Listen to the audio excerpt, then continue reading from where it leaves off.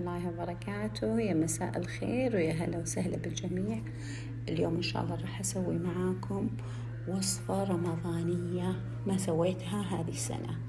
مسويتها السنة اللي فاتت بطريقة مختلفة، موجودة بالإنستغرام، لكن اليوم هذا راح أسويها بطريقة ثانية اللي هي الكنافة أو العثمانية.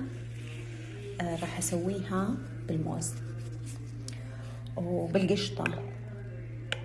قشطة اللي بالانستغرام لا، نفس حقة المحلات، القشطة اللي تتسوى نشا وقشطة، لا هذه بس قشطة.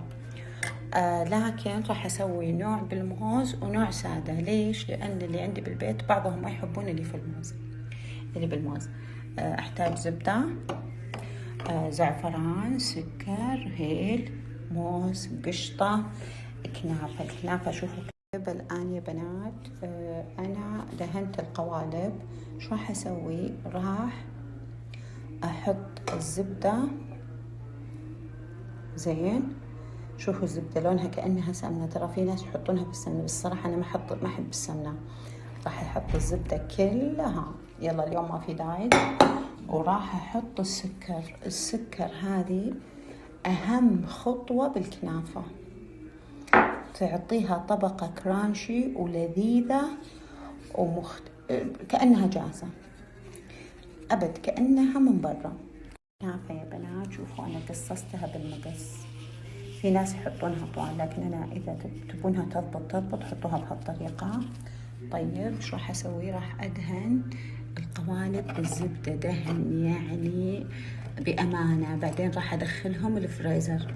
ليش؟ علشان يعطي لون جميل، تصير الزبدة طبقة زي ورق الزبدة حوالينها. الحين راح أحطها بفريزر. بالخطوة اللي بعدها شو راح أسوي؟ راح أفرك. بنات افركوا بأمانة، يعني طبعا أنا الآن بفرك بيد واحدة، لكن أسكر وأفركها فرك يعني على أساس أتأكد إن الزبدة وصلت الكل الكنافة. بعدين نكمل. مرة سهلة صراحة، بس أهم شيء الخبز والخطوات اللي وريتكم. شوفوا يا بنات الحين كيف يعني فرقت، تغلغلت الزبدة مع السكر. شو راح أسوي؟ راح أخذ كذا طبقة وبرصها ما تصدقون شو بسوي. بجيب ضاغط وبضغطها. يعني أنا يعني مسوية لكم الموضوع يعني مرة ما تصدقون. لا يعني بضغطها، أخليها طبقة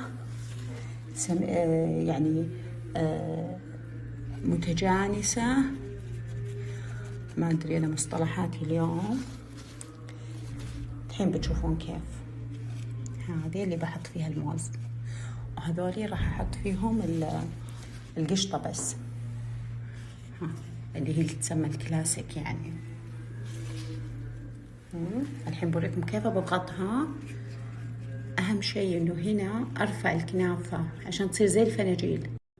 الآن شوفوا كيف ضغطتهم بالكوب أو بالبيالة أو بأي ثقل عندكم. أهم شيء يكون مضبوط. وبعدين نكون رافعينه كذا.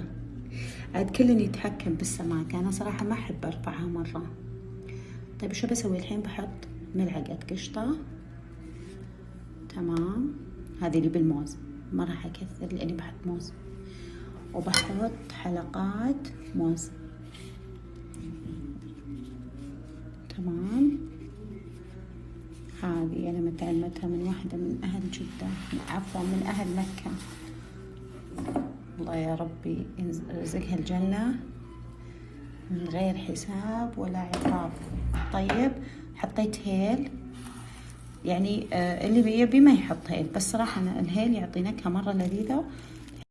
طيب الحين راح أحط الزعفران. يمديكم تحطونه مرة مطحون. طيب وبحط بعدها طبقة كنافة، بغطيها بالكنافة.